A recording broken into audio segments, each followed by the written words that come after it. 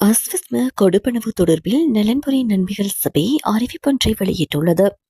அஸ்விஸ்ம முதலாம் கட்ட கொடுப்பனவை பெறும் அல்லது கொடுப்பனவு நிறுத்தப்பட்டவர்களுக்கும் அதேபோல் முதலாம் கட்டம் வழங்கப்படாமல் மனக்குறை விண்ணப்பம் செய்தவர்களுக்கும் நலன்புரி நன்மைகள் சபை மூலம் அறிவிப்பொன்று வெளியிடப்பட்டுள்ளது. இந்த அனைவரையும் மீண்டும் மீளாய்வு செய்து தகுதியானவர்களை தெரிவு செய்யப் போவதாக நலன்புரி நன்மைகள் சபை அறிவித்துள்ளது.